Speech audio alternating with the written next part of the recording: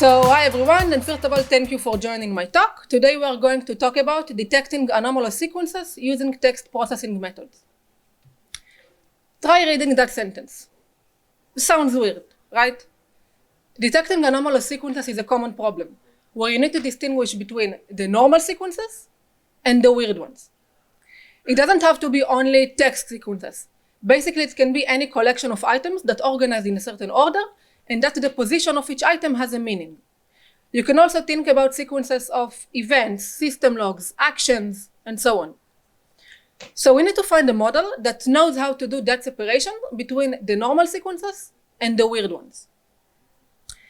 As I said before, I am Liron Faybish. I'm a data scientist on PayPal for more than 5 years. I am part of the cybersecurity threat oversight team, which is part of the information security organization. We are a team of security researchers where each one has a different perspective and unique point of view in order to cover as many security issues as possible. And my role is find machine learning solution for information security problems. In addition, I have MSc in Information System and Software Engineering from Ben Gurion University. Now back to our problem. As I said before, our goal is detect anomalous sequences, which means we are trying to detect unusual sequences of items and events.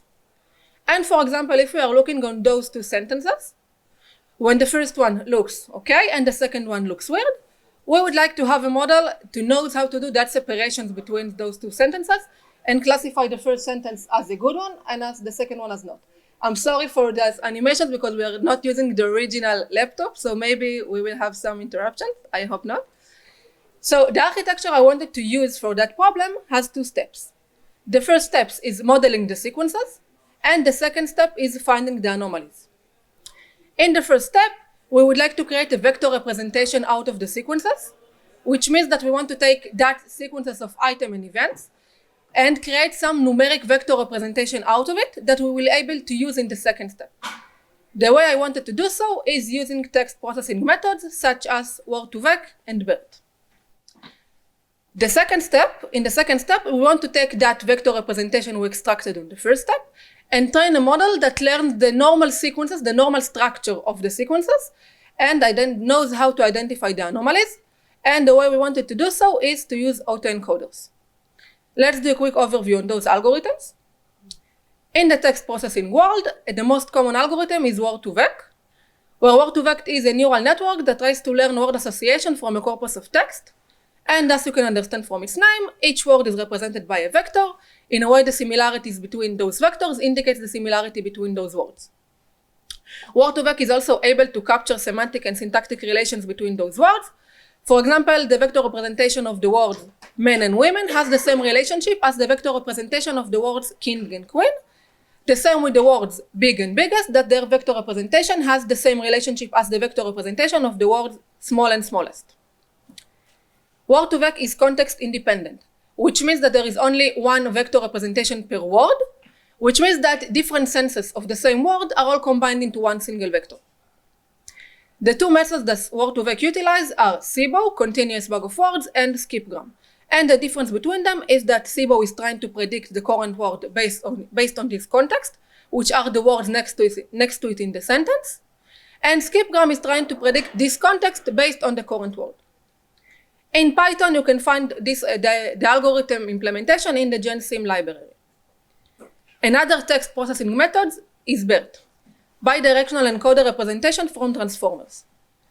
Bert is a language model that was bidirectionally trained and can learn deeper context from language than single direction models.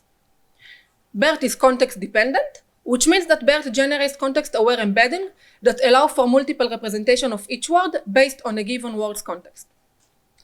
And since Bert is context dependent, Bert can generate contextual embedding, which means that the input of that model is a sequence, a sentence, rather than a single word, and we can get one vector that represents the entire sentence.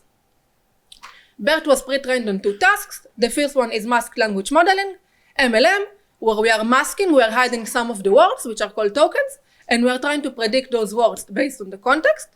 And the second one is next sentence prediction, where given two sentences A and B, we are trying to predict the probability that sentence B will appear after the sentence A. The full Bert architectures includes transformers, attentions, positional encoding, and so on, and is out of the scope of that presentation, and you can read about it later. In Python, there is an implementation of this algorithm in the transformers library, where you can also use the pre-trained Bert and also train a new one from scratch. Okay, so now we have some vector representation out of our sequences, and we can move to the next step when we want to model and train and learn the structure of the normal sequences and identifying the outliers. And as I said before, we are going to use autoencoders. Autoencoders are training to learn an efficient encoding of unlabeled data, and it has two steps. The first step, we are encoding the data, and the second step, we are decoding it. So in the end, we want our output to be the same or as close as possible to the input, which means that autoencoders is trying to minimize the reconstruction loss of the output. And in order to use it for anomaly detection, we need to train our model on a normal data. And at the end, when the model is fully trained and we have a new input, if this input is normal, then the reconstruction loss should be low. And if it's an anomaly, the reconstruction loss should be high because we trained the model on a normal data.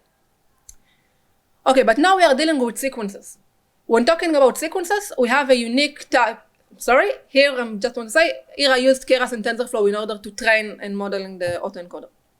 So when talking about sequences, there is a unique type of neural networks that's called RNN, recurrent neural network. So we need to build an RNN autoencoder. But here in this case, since we're talking about sequences, it could be we have a challenge that we have different lengths for different sequences. So we need to find a way to deal with to train our model in a way that it knows how to handle different lengths of different sequences. So the first solution we thought about is truncating the sequences. So all sequences will have the same size. But in this case, we are losing data. Because, for example, for long sequences, we are cutting them, so we are losing a lot of data. So the next solution we thought about is to use padding, which means we are padding the sequences. We are adding some predefined value at the beginning or at the end of the sequence. Usually it's 0, or you can define any predefined value. The next solution the downside of that solution is that for short sequences, we're ending with a long tail of padded values, and that could bias the results of our model. So the next solution we thought about is to use n-gram, which means we are splitting these sequences into a few smaller sequences. So, but this way we are losing the meaning of the full sequence because we are losing the connection between its beginning to its ending. So the last solution is to use masking, which means we are using padding, but we are adding a masking layer that tells the model that this part of the sequence isn't really part of the real sequence, and it should skip it when training and testing the model. But when talking about RNN autoencoder, it's not possible to use regular masking because when we are forwarding the data, the sequences along the encoder, and we're getting to the middle layer, which is the encoded representation layer, this masking layer is lost during that compression.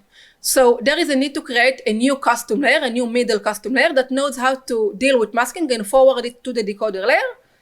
It's a bit difficult, but it's challenging, and it requires some changes in the code. So in our case, we decided to combine padding and masking for the training phase. And in the testing phase, if we are seeing new lengths that we didn't saw during the training, we are using n-gram in order to split it into a few smaller sequences. So let's do a quick example of, for example, using Word2vec and RNN autoencoder. Again, I'm sorry about the animations. It's different than it's supposed to be. So if you're looking on the sentence, hello, how are you? In Word2vec, each word is represented by a vector, and the full sentence is represented by a sequence of vectors. So we are taking this sequence of vectors and we are forwarding it to the RNN autoencoder, and at the end we are calculating the reconstruction loss, and as I said, if its value is low, it's normal, and if its value is high, it's an anomaly.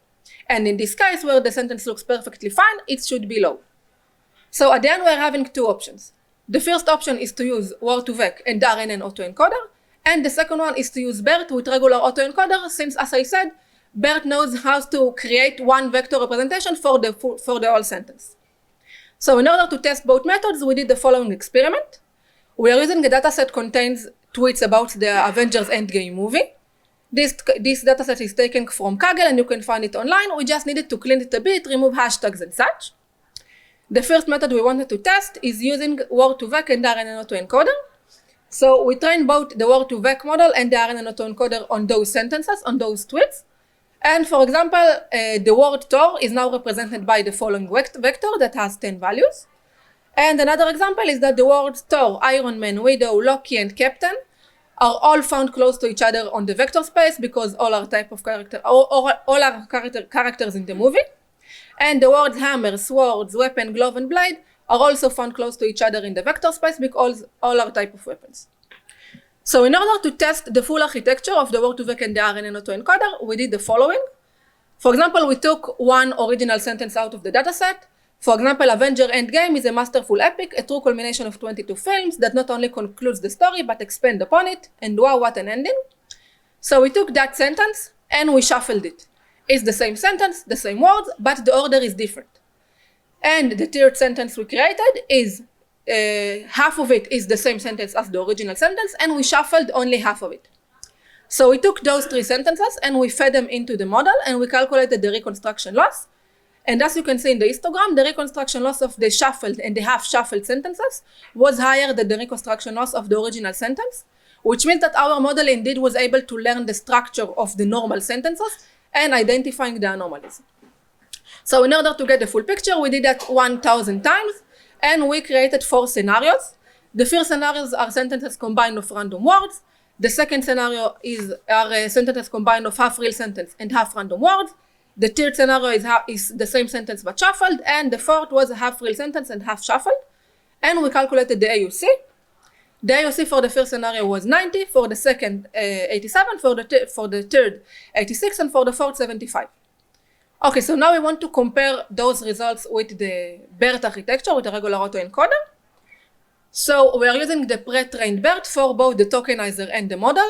And again, we are training a regular autoencoder.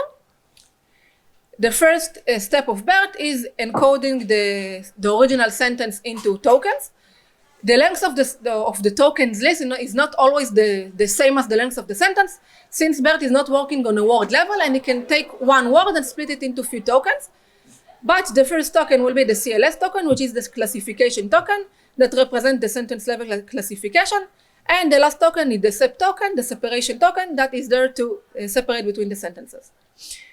Okay, so I don't have much time, so I'll skip forward. So if you're taking these tokens and give it to the model, its output contains of 2 parameters, the last hidden state and the polar output. The last hidden state is the sequence of hidden states at the output of the last layer of the model, and the polar output is the last layer hidden state of the first token of the sequence, which is the classification token. And for our case, we are using the polar output as the vector representation of our sequences. And again, we are doing the same scenarios, but here we are ignoring the fully random scenario, the fully random sentences, because we felt it was too easy for the model. And again, we are calculating the AUC. And if we are comparing those AUC to the Word2vec ones, we are seeing that in this case, if we are talking about the Avengers Endgame movie tweets, we are seeing that the Bert architecture outperformed the architecture of the Word2vec ones. So I showed you an example of using text sequences, but I also want to show you an example of using non-text sequences.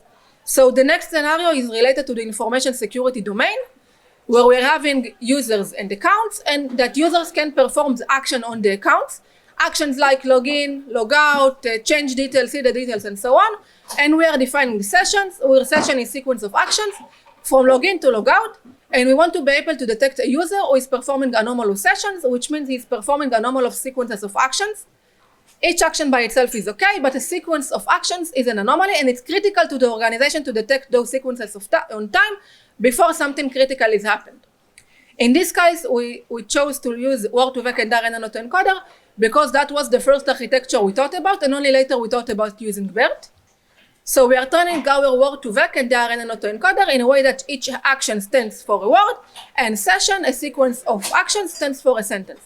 We're training on 30 days of sessions, and we are testing it on 7 days of sessions. And we have also 2 examples of known bad actors that we know for sure that performed bad sessions on several accounts. So if we are looking on the histogram of the reconstruction loss of the test set, and we are doing zoom in between 0 to 1, we are seeing that most of the reconstruction loss was between 0 to 0.2. But what does it mean? If we are looking on our first bad actor, we are saying that its reconstruction loss histogram, that its distribution looks almost the same as the test set. But if we are focusing on the highest reconstruction loss, the highest values, we are seeing some interesting results. For example, if we are looking on the highest reconstruction loss that got a loss above 0.2, and we are investigating those accounts, we are investigating those sessions, we are indeed seeing that most of those accounts, most of those sessions are related to bad behavior, related to bad actors who performed bad sessions. We star those accounts, so different colors stands for different accounts. And also, if we are looking on the second bad actor, also in this case that we are seeing that most of the sessions that got a loss above 0.2 was also classified as a bad sessions, which means that our model indeed was able to learn the structure of the good sessions and identifying the anomalies.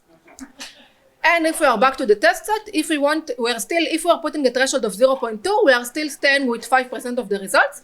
And if we want to reduce even more the false positive, we are adding more constraints. For example, the type of the action, if it's sensitive or not. We can look on the user's history, the account history, or we can combine it with other alerts. Our first next step will also train the Bert architecture on the information security scenario and compare its result with the Word2vec ones. And we can also use this architecture for other tasks. For example, like feature extraction. We can extract feature out of the sequences and learn more about them. For example, if we are talking about our sessions dataset, we can extract features out of those sessions, and we can use clustering, and we can cluster the behavior of our users, and maybe we can learn more about the connection between our user and create new collaboration, create new stuff, and that could be really helpful for us. So since I don't have much time, I will skip the conclusion, and I'll just say thank you for joining my talk. I'm really sorry for the technical issues we had. I hope you enjoyed it.